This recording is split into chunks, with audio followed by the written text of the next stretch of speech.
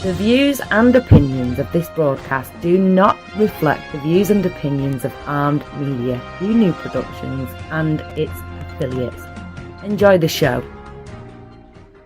No!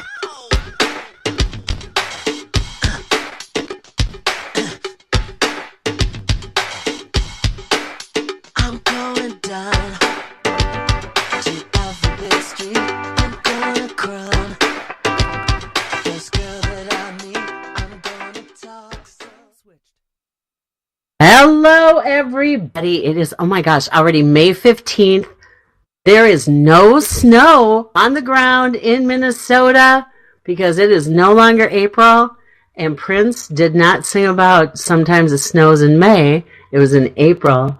But welcome to the F Word with Cathy. I have a wonderful guest tonight. I'm really excited to introduce you to him, coming all the way from the West Coast, Jonathan Senigaglia, right? No, you were so close. That was great. Senigaglia. Senigaglia. I should be drinking some Lambrusco or something. But anyway, thank you so much for joining me tonight. I'm really excited to have people learn about how I know you and why I have you on the show tonight. But Thank you for having me. Yes, before I do that, though, I want to hear about you. Tell me about Jonathan.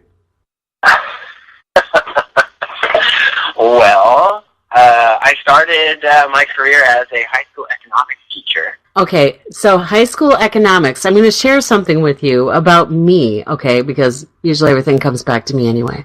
But I was a senior in high school once upon a time, not too long ago, right? But I went to a Christian private school for 10th and 11th grade. And so I got suspended both years. I needed to go to the public school for my senior year. That's a different story for a different day. But I had like 21 credits from my private school, and I only needed 25 to graduate from the public school. So I was really excited. But I get there, and I'm sitting with the counselor, and they're going, well, Life of Christ doesn't count. New Testament survey doesn't count. And all of a sudden it's like boom, boom, boom, boom, boom. All these things are being taken away that I worked for, right? And now all of a sudden where I thought I was just going to skate and get out of high school early, now I got to fill some time. And so I'm like, well, let's see. I'm going to take jewelry. I'm going to take painting, drawing, all these crazy things. And this is going to age me. Typing, shorthand. I know, I'm really aging myself. And That's an important skill. yes, it was. And I took economics, thinking of home economics. I show up in that class, Jonathan, and I'm like, where are the stoves? Honestly. Right. And he starts talking about the GNP, and his name was Mr. Residlow, and he had the Bueller, that kind of voice. And I twitched. That's a story that I've heard over and over whenever I tell people I used to teach economics. They're like, oh, I hated my economics teacher. It's so boring. Oh my gosh. Really, I twitched. It's the most fun class to teach. Okay. It's the best class to teach. Well, right. So now we're going back to you. But so that's my little experience with economics. I passed. I barely showed up to it. I learned what I could do with admit slips and get out of class, but it was pretty inventive. I deserved an Academy Award instead of a diploma, but that's another story too. But okay, so going back to you, so high school economics teacher. I want to hear some of these high school stories. And why did you pick economics, first of all? Well, actually, it kind of picked me. I graduated from college and got my credential, and then the school that I applied at, they were like, well, we need an economics teacher. Do you have any experience? Are you interested? And I was like, absolutely, 100%. I've always wanted to teach economics, Right. But then I got into it, and the reason why it's just the best class to teach is because in high school, the students are so used to learning things that are completely irrelevant to their lives, their everyday adult lives. Like, I mean, let's be honest, it's cool to know what a mitochondria is, but unless you're going to be like a cell biologist, you're not really going to need that information on a daily basis. And so the kids are inundated with all this stuff they'll never use again, and then they hit it. Yeah, they don't even need to know how to spell it anymore because Google will do it for them. But you know what you do need to know? How to balance a checkbook, and how to manage a credit card responsibly, and the pros and cons of home ownership, and the benefits of buy and hold investment. You know, that sort of thing. That's what you can teach 12th graders in econ class, and they actually thank you for it. It's like the only time when you get a senior to be like, thank you for teaching me today. Right. Right.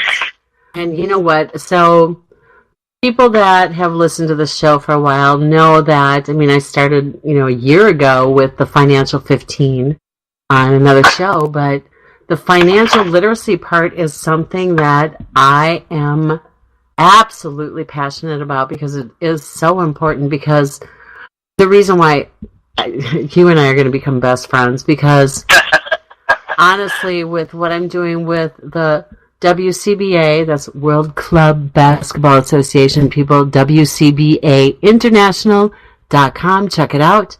But I'm the Director of Sales and Financial Literacy, Jonathan. Mm-hmm. I knew that adults should have to take as a class. I mean, honestly, kids would go back and tell their parents about stuff they had learned that I considered basic financial literacy, and the parents would come in during back to school and be like, I didn't know that stuff. No one ever taught me that. My economics, well, you know what? My economics class might have taught that. I didn't show up for a lot of it. It was second hour. It was second hour. That was like a tough, if I decided to show up that day, I was like, maybe I'm going to leave by now. But, no, it is. It's so important because, seriously, with the NFL, the NBA, all these players, I mean, 78% of NFL players are broke within 5 years. And Jonathan, I've had so many focus groups with so many different players, and I said, if you knew then what you know now, what would you do differently? And every single one of them said, I would educate myself. Dude, yeah, that's dead on. I'm what you might call an older millennial. And a lot of my friends have college debt. These are people that are getting into their late 30s and 40s.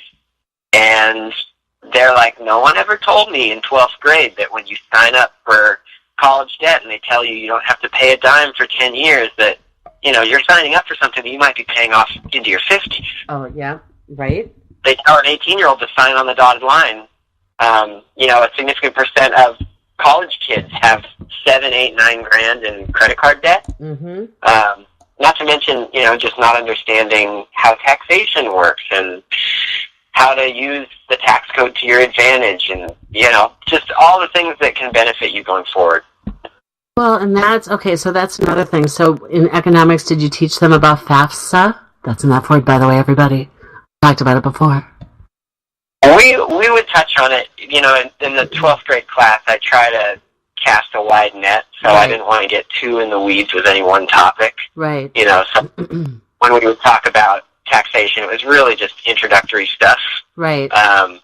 But the kids that had an interest in that sort of thing, like, for example, I would teach about investing in stocks and bonds and mutual funds and 401ks and the strategies involved, and, how to use trends to your advantage and so on. And then I would tell the kids, if you have an interest in this and you'd like to pursue this perhaps as a career or even just as a profitable hobby, take some finance classes in college or minor in it. You can walk away with that degree that will serve you for the rest of your life. Right, and your family. So that's so important. Yeah. So I love hearing that. So what is like one of your best teaching success stories that you know of?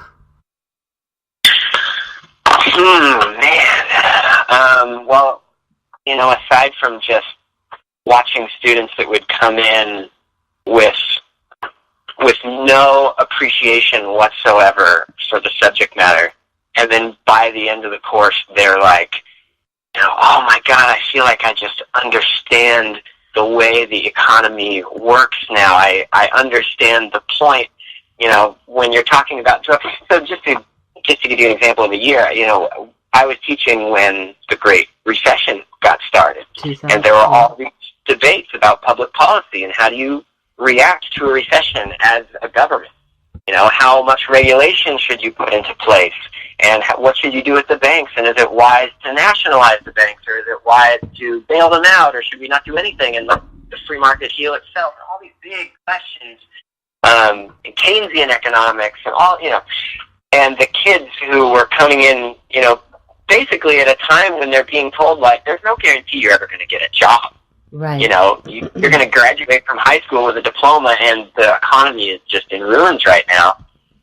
And watching them, kind of start from a place of hopelessness, but by the end of the course, they understand what causes recessions. They understand how the mortgage crisis happened, and what role mortgage bonds played in that, and banks played in that. And you can just see, like, them basically saying, like, I'm not going to make those same mistakes. I'm not going to buy a home unless I'm absolutely certain that I can afford that mortgage. I'm not going to buy things on credit simply because I have a credit card, so therefore I can buy whatever I want. Right. Just those really basic lessons, seeing them internalize that and just knowing that they're going to go off into adulthood. At least you can't avoid every mistake. We can't blame all the people that lost their homes during the recession, of course. There were forces that were outside of their control, but at least the kids would have a watchful eye going forward. Yeah, I love that. Love that. I guess that wasn't really one story. No, that's general good. trend. Did you ever, so okay, so I know me, okay, here I was the problem child, I really was. I was a little rebellious. I was a good kid, but school just, I was too cool for school. I hung out with everybody that graduated already, so why should I do the work? I can hang out with them. But did you have any troublemakers? Tell me about the school. What kind see all types. I taught for 10 years, so I saw all different types of kids. You got kids who love school. You got kids who hate it. You got kids who love math and hate everything else, or love computer programming, or they want to build robots, or kids that want to be mechanics, kids that just want to dance and learn music, and everything else is just torture to them. You see all kinds, and you also see kids that are tortured through no fault of their own. I had kids coming in who, they'd come in late every day because they had to work from 4 a.m. to 8 a.m. every day to help make the rent for their families. Wow. High school girls that are basically the sole guardian of their younger siblings because the mom is addicted to drugs or in jail and the dad is missing.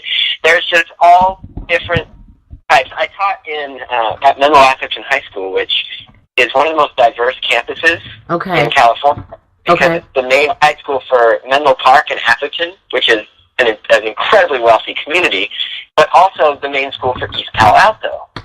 Okay. So in economics class, it was not an AP class. You had kids sitting next to each other that were at the very top of the socioeconomic ladder, and then kids that were just born into abject poverty.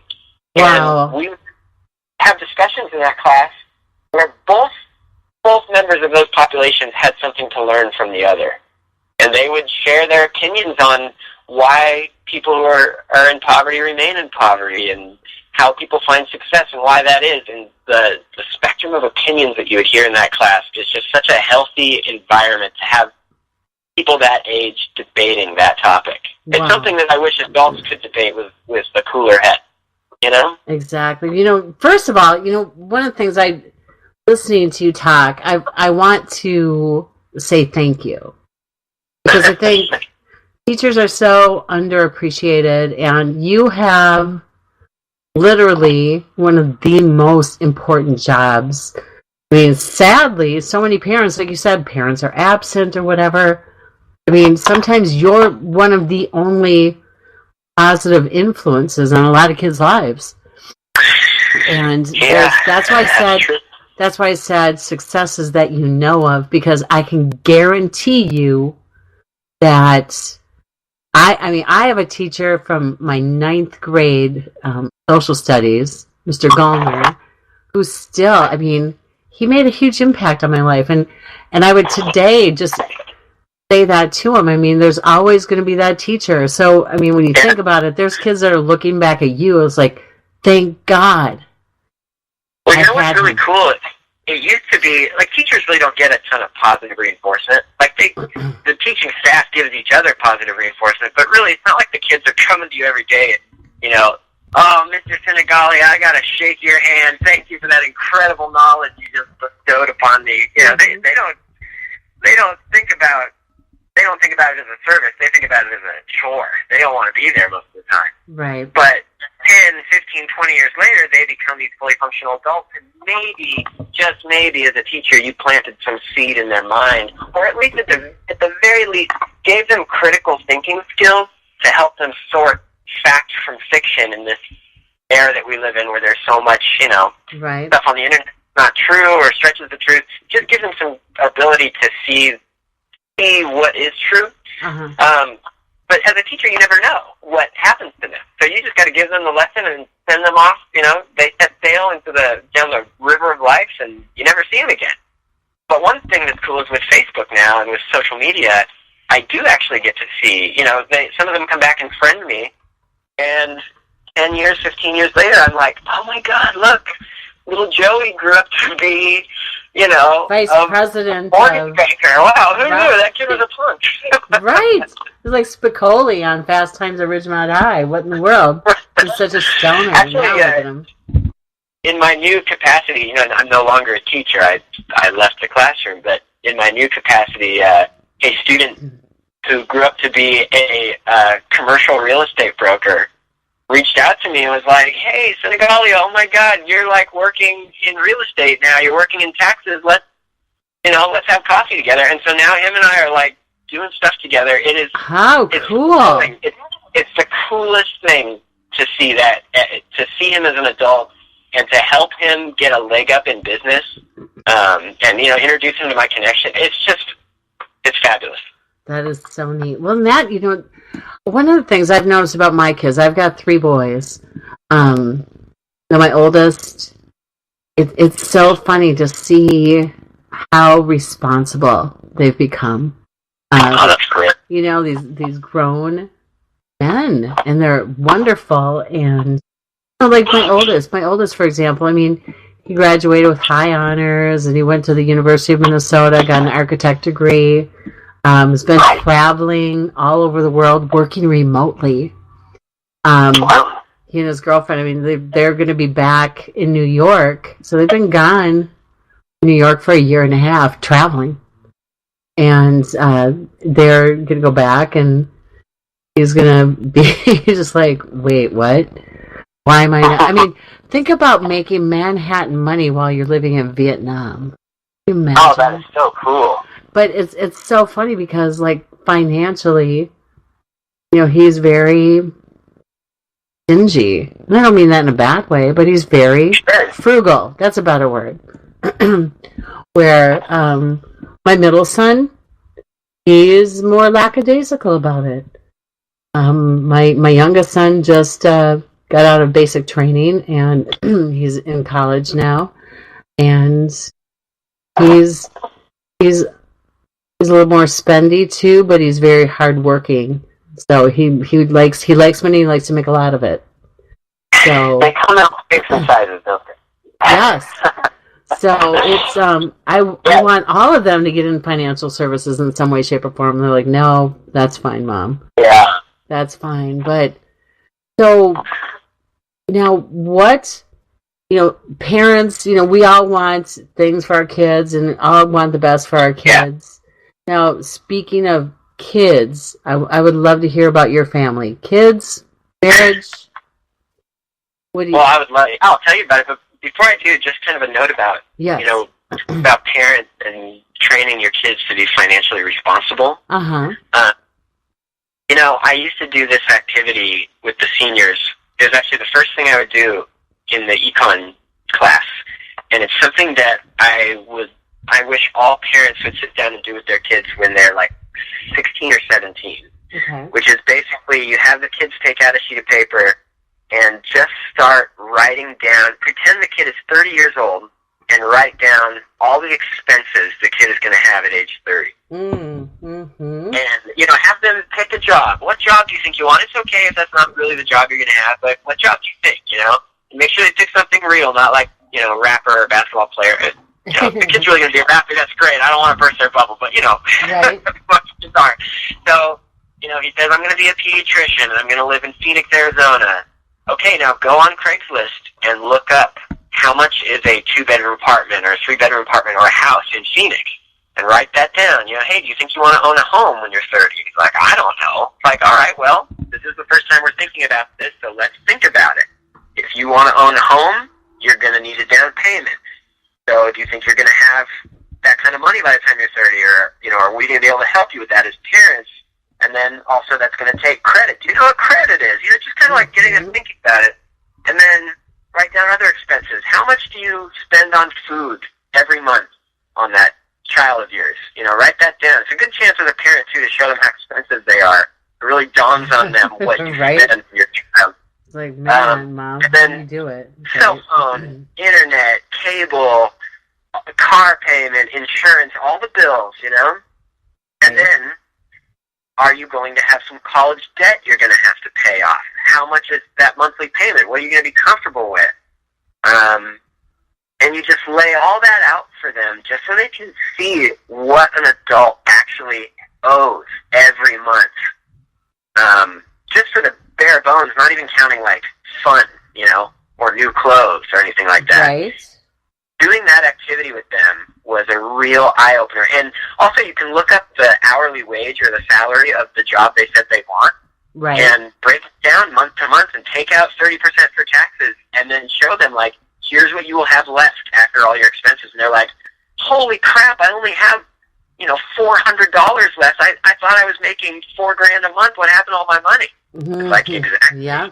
What are you going to do with that $400? And then, do you have a retirement account? Are you putting any money away? That hour-long activity with them, just that conversation, it changes perspectives. No, I think I think families need to be taught, because you're right. So many parents didn't have that in high school.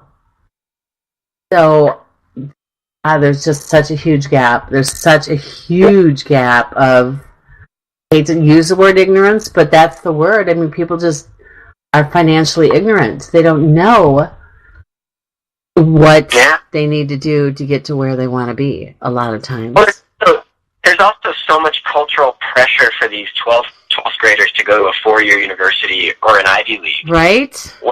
A lot of the time they can get the same education at a community college. I've taken many classes at San Francisco Community College, and every single one of them was as high quality as the courses I took at Cal Poly. Wow. Yeah. Great instructors at SF Community College, and I know for a fact that there's quality community colleges up and down this state. Right. So I used to tell kids, like, hey, I'm not trying to tell you don't go to a 4-year, but if you and your family look at your finances and you're going to have to take out $50,000, $100,000 in debt for you to go to a 4-year, when you could go spend 2 years at a community college, then transfer to a 4-year, Exactly. you will save a fortune, and nobody in your adult life will ever ask you, they'll never say to you, oh, you spent the first 2 years of college at a community college? Well, I'm not going to be your friend, or I'm not going to hire you. Right? Nobody cares. You got that diploma. Nobody That's all cares. that matters. Exactly. That is, so my oldest did do the 4 years at the U of M, and then my middle boy, my God, he had a great time at the community college. He's music. He's in teaching. So I mean, he's going to continue his education. But oh my gosh, he had a great theater department there. Great shows. It was amazing. I'm like, wow, this is a community college. This is great. Oh, there's great resources at some of those schools, Right. for sure. It flies right under the radar because the culture, especially at some of these nicer high schools, it tells the kids, if you don't go to a 4-year, you're going to miss out on all these experiences. You're not going to get to live in the dorms, and think of all the things you'll miss. But you know what? You choose your own adventure. You go to community college.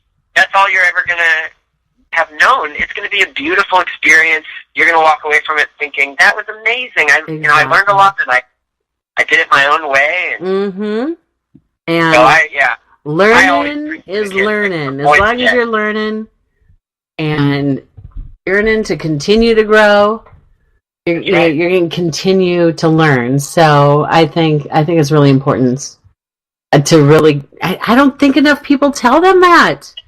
Jonathan, what are we going to do? How do we get the word out? Well, did you know that there's also trade schools? You want to be a mechanic. I mean, even if you want to, let's say you want to go sell insurance. Right. You don't have to go to. You don't have to go to college to be. Yeah, there's no requirement for that. I mean, you might struggle if you're an 18-year-old, insurance agent out there. But you know what? If that's what you think you want to do, you want to get into financial services and you want to learn business and you want to save tens of thousands of dollars, sometimes what's best is to just dive into it and learn it as you go and make a little money while you learn. I don't know. That's just my opinion. What's best is to follow your passion. You follow your passion and you'll never work a day in your life. You do what you love. You really look at it that way.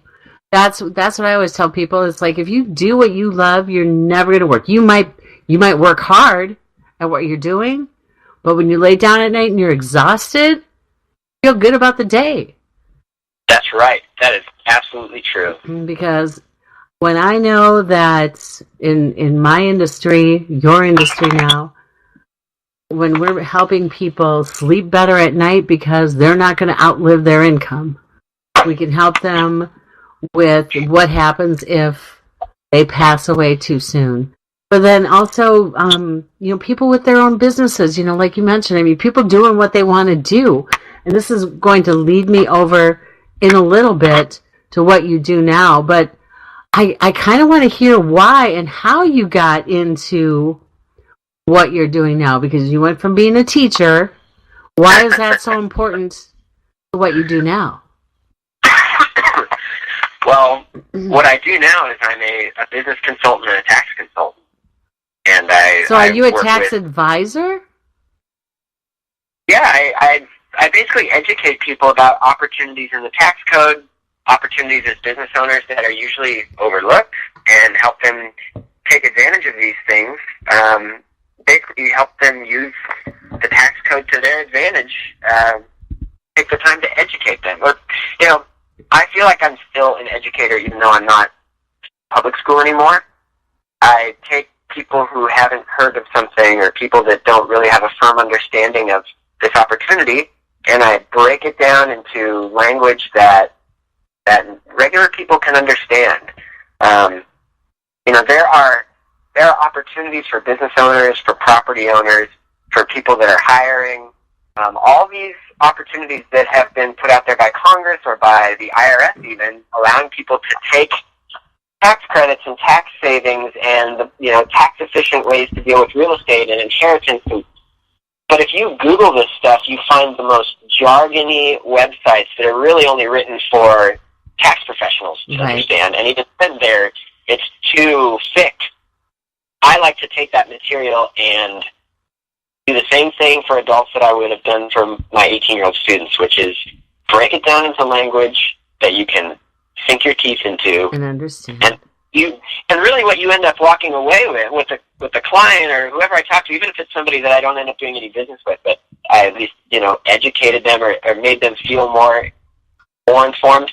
They are empowered through knowledge in the same way that a high schooler feels empowered when he's like, I know what credit card debt is, and when somebody pitches a credit card at me at age 18, I know what they're trying to do, and I'm going to say no to that.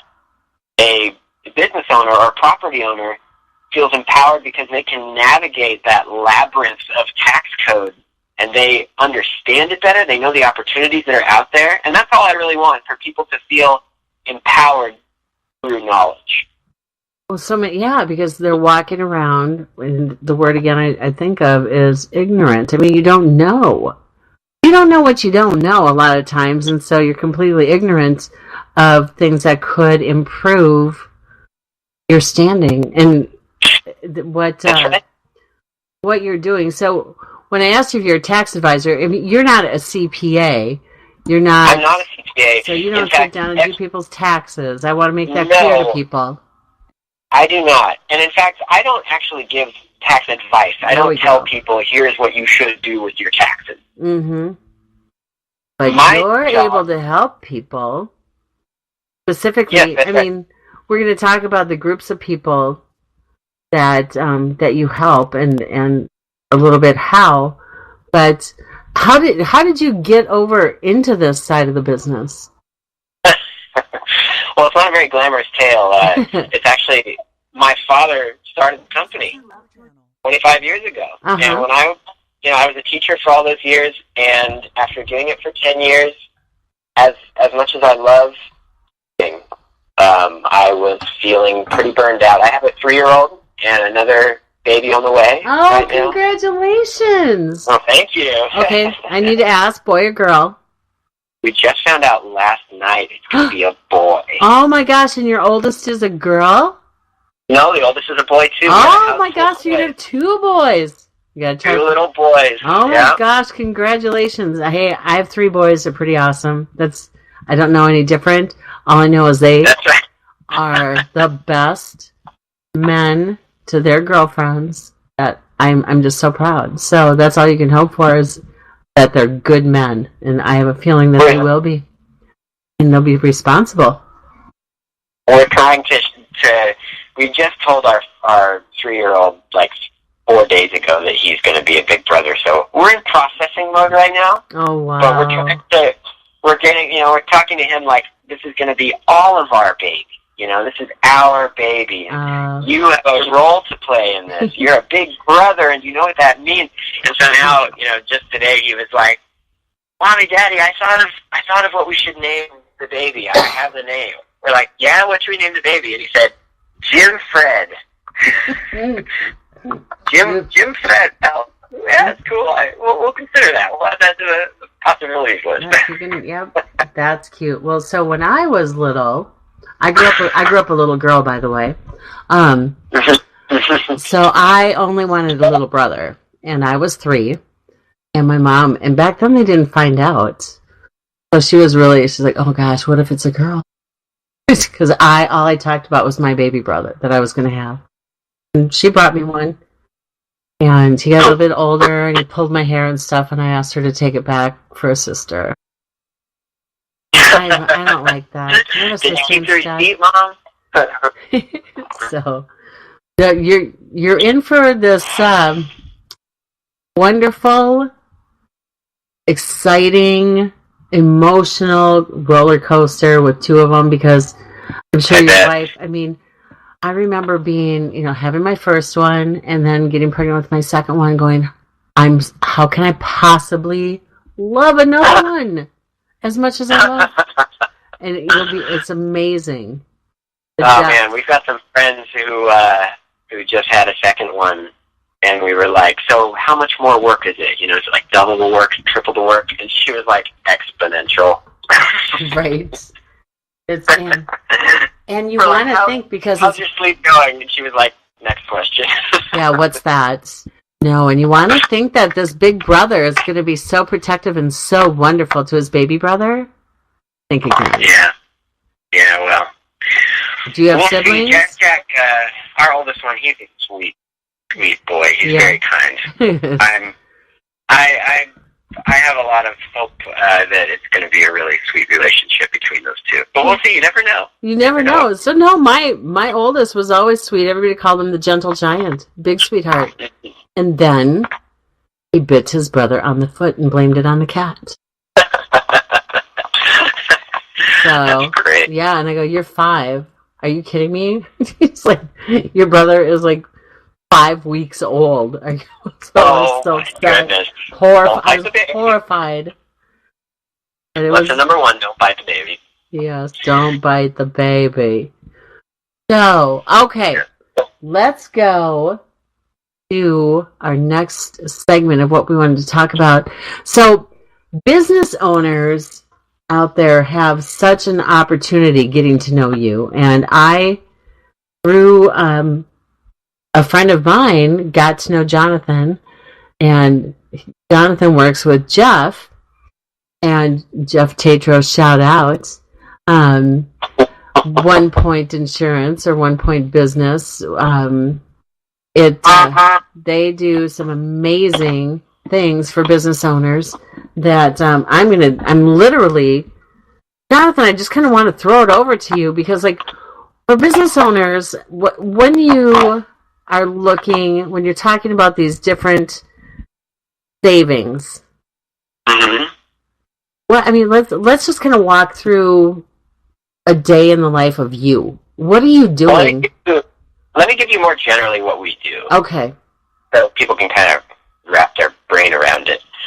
So we're not CPAs, but we work with CPAs to capture tax credits and savings that are usually overlooked by CPAs, by tax professionals. Well, aren't they going to be a little bit, and excuse the term, but aren't they going to be a little bit butthurt if you're pointing out what they missed? Well, that's a really good question. We certainly don't come into it and explain it in a light that embarrasses the tax professional. Look, it's not the CPA's fault. The stuff that we do are things that tax professionals really can't do. And I don't mean they can't do because, they don't have the knowledge or expertise. They physically can't do it. So just to give you an example, and I'll explain this one in more detail in a minute, but there's one tax deduction that is rather significant, and it's for owners of investment property. And in order to capture it, you have to bring in an engineer. You have to hire an engineering firm, and the engineer has to have experience in construction and the tax code. And that engineer has to put together an engineering-based study to submit. CPAs can't do that one because they are not engineers. So it's not a question of, let me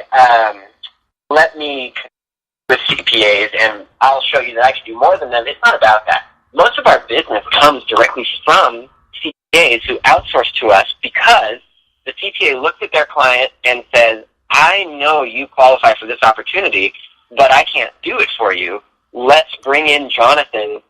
His company is qualified to do it, and you will get this added benefit, sometimes in the hundreds of thousands or even millions of dollars, depending on the property owner. Right. So that CPA ends up actually looking like a freaking superstar because this is a value-add situation. So we get brought in, we get outsourced, the CPA is outsourced to us in order to capture extra benefits for their clients, and the clients say, I didn't even know this was an option. I'm so grateful to you, Mr. CPA, for finding this for me. Every CPA that we work with, we want the CPA to take full credit. They're the ones that have the client. It's their client, not ours. We're just here if they need it done. Very interesting. And along the way, we make sure that everybody knows, the CPA knows the ins and outs of this process. The client knows the ins and outs of it. So that's the education piece. Everybody walks away feeling more knowledgeable about the whole process and the tax code. So do CPAs seek you out? Yes. See, I like that. Yes, and we seek them out as well. We do seminars for CPAs and outreach programs to let them know, here are opportunities that are available to you. Mr. CPA, we're not trying to sell you anything. You don't have to pay us anything. Right. If you have a client and you're looking at their paperwork, you're preparing their tax return, and you're like, I know the client would benefit from this, then let's work together to make that happen so that the client is best served, because that's really the point. Right. We want the client to get the benefit that they're entitled to. So what do you typically find? Well, let's start with the engineering one. That's a great example. Yeah. And engineering, that scares a lot of people away anyway, by the way. Okay. Well, taxes, you know what? Taxes scare a lot of people away. Right. Insurance scares a lot of people away, We're also a full-service commercial insurance brokerage. And so we meet a lot of clients that they don't understand their own insurance policies. They are not fully covered. And the process of examining that and learning about it, that can be an intimidating, difficult process. Nobody likes to feel like a student. Well, some people like to be students, but, business owners that are quite successful and very, very, very good at what they do might not necessarily be general liability insurance or the tax code. Right. And so we're used to people not necessarily wanting to learn these lessons. We try to approach it with as much empathy and kindness as possible because we know we're talking to people that are quite successful most of the time, very knowledgeable in their field. We're not trying to come in to embarrass anybody. We know that the tax code can turn people off. But if you can learn it, and I don't mean learn every part of it, but just learn the parts that benefit you, my God, the things you can get out of it, it can be life-changing. So, life-changing is good when it's good life-changing, and it sounds like it is. Yes. So cost segregation is a great example. Cost segregation is the fancy term for that engineering study. Wow. So, okay. Let me just explain how this works. Okay, definitely. In a nutshell. If you buy a piece of investment property, whether it's residential or commercial, the IRS allows you to take a nice deduction year after year for the next 39 years when you put that property into service, meaning when you rent it out. Okay? Okay. This is called your depreciation deduction. And the logic behind this is basically the IRS knows that you're going to have to pay for general upkeep of your property year after year, replacing carpets, replacing lighting fixtures, HVAC, all that stuff. Mm-hmm. And so they give you a little tax break every year for 39 years, or if it's a residential property, 27 and a half years. But they let you take this tax credit, this deduction, year after year. And that offsets the cost of repairs. So that's a nice benefit. That is. That's what everybody gets automatically. Who knew? People don't know they get this, right? Well, it depends on how much they know about what their CPA is doing. But your average, most tax professionals, their client owns a piece of property, and there's a paper in the tax return called the depreciation schedule, and the CPA will write, new building, 39 years, and there you go. We're going to start collecting that deduction every year for 39 years. It's sweet, okay? Okay. But there's actually another option with that deduction. Ooh, tell me more. Tell me more. Well, I will. Let me tell you why this deduction is flawed. Okay, in other words, flawed is an F word, by the way, everybody. Flawed. Flawed, yes. Let's talk about flawed, and then we'll talk about the solution. I tried to start the word solution with an F there. It didn't quite. I did philanthropy, and so it sounds like an F. So let's pretend. Okay. Yes. Let's talk about why the way most people are doing it is flawed, and the reason for that is because of inflation. The amount of deduction you get year after year is set in stone based on the purchase price. So you buy the property for $1 million, that's going to determine what your deduction is. Your deduction, in case you actually want to know, is going to be the total cost of your property minus the value of the land. That's how much you're going to get divided by 39 years, okay? Okay. So it's set in stone when you buy the property. You can't change it. But meanwhile, over the course of that 39 years, inflation continues at and that's something you learn in economics class, is inflation. Oh, yes.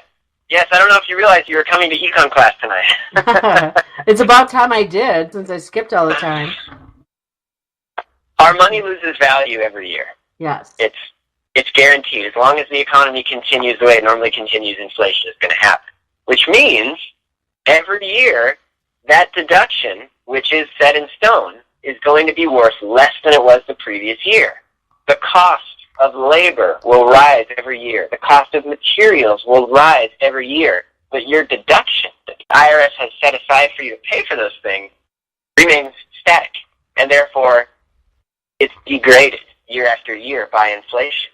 So you are basically in line to collect something that will lose value, which is not something we like in the investing world. It's guaranteed to lose value for 39 years. That sucks. It does. No, the IRS allows you to do something different. They allow you to capture it up front. Wait, what?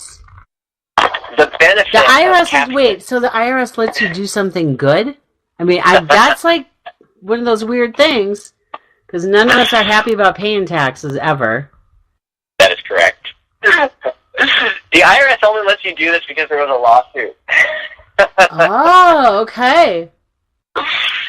So they got sued, and as a result of that lawsuit, they had to come up with this other option. Ooh. Because people were realizing that, hey, I'm entitled to this deduction according to the law, but every year it becomes worth less and less, and frankly, I should just get to capture it up front, because it's my money anyways. Right. I bought the property, this is the law, just give me my money now. Why would you want it now? Well, if you capture that deduction up front, you're capturing it when it's at its most valuable. And what you can do with that money is you can immediately invest it into something that will grow over 39 years rather than something that will lose value over 39 years. So imagine, if you will, you could, let's say you are entitled to a deduction worth $900,000, something like that. Wow. Imagine if you could collect a huge chunk of that up front rather than breaking it into pieces, and then you use whatever upfront deduction you get as a down payment on a new property, or you fully renovate your property all at once, or invest it in mutual funds or whatever you want to do with it. The point is, you can grow it now. Yes. And when you that's powerful. that's really powerful. So you could take that, buy another property, and do it all over again, right? That is correct. That's Ooh, absolutely right. I'm smarter than the average radio personality, I guess. So, okay. I wouldn't know this is my first radio show, but Well, yeah, well, just trust me on that. Okay, so how do we? This is exciting stuff. I'm all about making more money, keeping it out of Uncle Sam's pockets. Tell me more.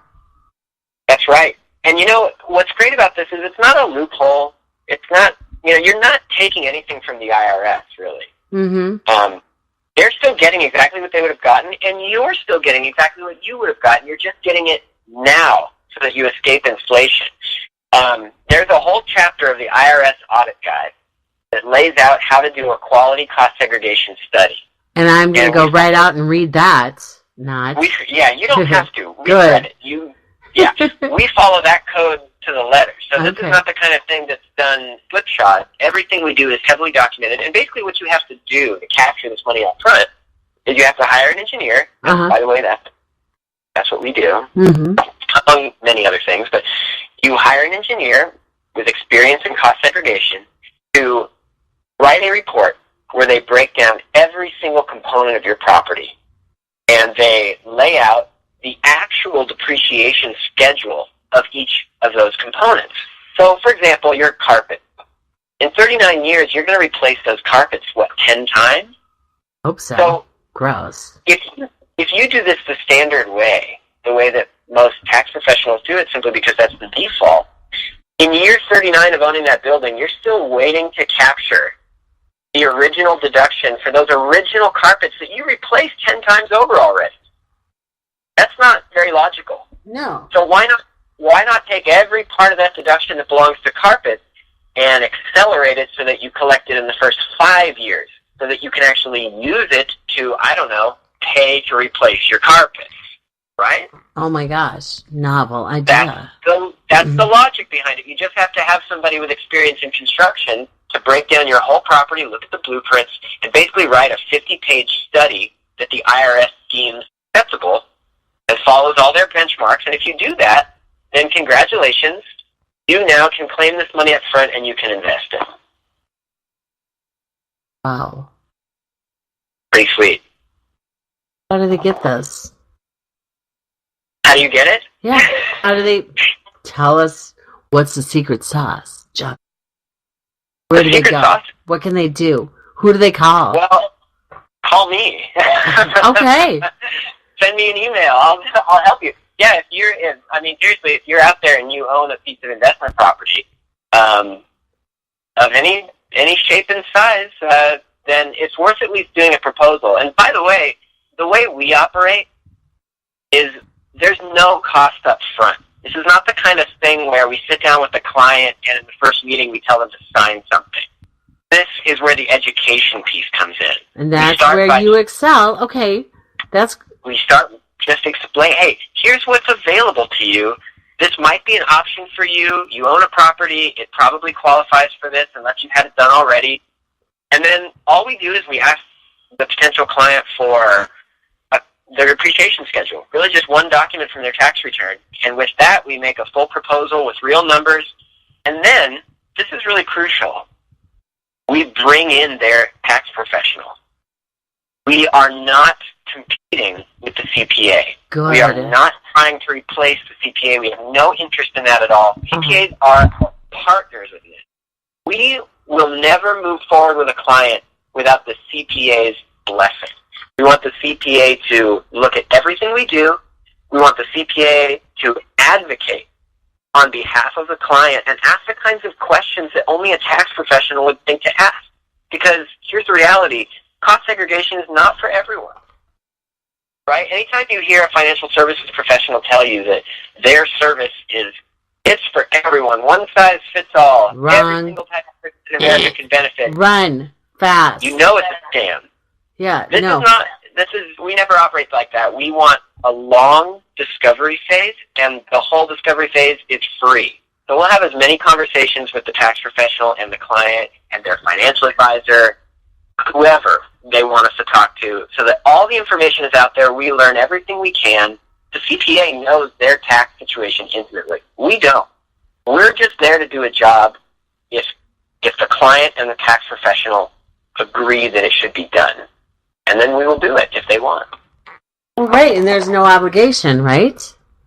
No, we won't charge a dime until we've established that there is savings there and the client officially says, I'm giving you the green light, I want you to do this thing, let's do it. Then we ask for a deposit so that we have something. Well, yeah.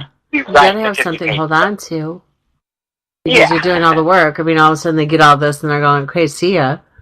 And yeah, I mean, we've all learned the hard way doing things like that. That's right. But we don't get to that stage until we've already talked endlessly, just to make sure all our bases are covered. Mm-hmm. We're certainly not in the business of just getting a commission just for the sake of getting a check. We only do this if the client is going to significantly benefit from this. Well, if not, we're the first to walk away. And, and here's the thing, too, because, one of the things you mentioned, insurance. If you're in a crowded room at a cocktail party, what do you do for a living? Oh, I sell insurance. Everybody turns their back to you. But when they ask Jonathan, hey, Jonathan, what do you do for a living? What do you say? I give people money.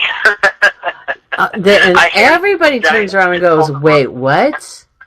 What, what are you, Publishers Clearinghouse? How do you do this? Right. I wish that I could actually, when we close with a client, I wish I could actually give them a giant check. I know, wouldn't that be so cool? Such a great photo op. I might as well with what they're walking away with. You know what? Let's do it. Let's do it. Give you a number here. We're usually able to get for the client around $50,000 to $60,000 in tax savings for every $1 million of property. Oh my gosh! So a client that owns, a $5 million building, we just did one, $5 million apartment building in San Jose. Uh-huh. That client walked away with about $250,000 of tax credit, of money they don't have to pay on their income tax over the next 5 years. And his CPA is the one that connected us. And just like I said earlier, he told his CPA, he's like, I didn't even know this was an option. Wow. Oh my God, thank you. Thank you for serving me. So these are buildings. What about, what are some other good, so let's think, people, if you're out there and you have a business or you work, oh my gosh, wait, people work at businesses. If you're a CPA, my gosh, it's like in sales, you have something in common with every single person you talk to. Wait, you breathe air? So do I. You drink water? Me too. But, I mean, you pay taxes? Yes. Do you want to? No. We all have that in common. So that's right. Jonathan, what do they need to do? How do they get a hold of you? Well, you can email me. I give you my email. It's Jonathan, JONATHAN, at onepointbusiness.com. 3 words. ONE Point. PINT business.com. Okay. Send me an email and I will gladly respond and we'll see what we can do for you. If you own a piece of investment property and you're interested in at least learning a little bit about this, I'm happy to tell you all about it even if we don't do any business together. You will understand the opportunity better and you can take it to your tax professional and say, what the hell is this about? Do you think this is a thing I should consider? And see what they say. So, if you do they have to be in California? Because you're in California. Do they have to be there? We can do everything that we do is federal credits and deductions, so we can do anything remotely. We have clients all over the country, and our engineers will fly to wherever you are to survey your property and make sure it's done properly. It's just part of the service. I did not know that. And to know that I'm affiliated with you guys, I'm so proud because that's part of, just the educational part, helping people more. And can I tell you about another angle of this? 1 minute. You have like less than a minute. Tell me quick. Oh my gosh, less than a minute. Well, that's okay. We can do this.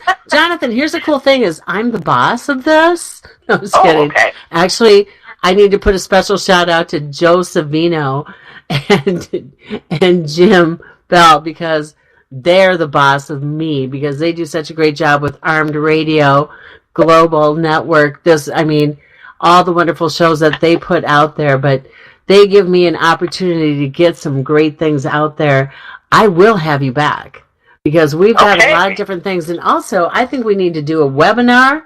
We've got a huge network of business owners that I know personally that we can be helping out. But it is the end of the hour. This is the F word. This is Jonathan. This is Cathy.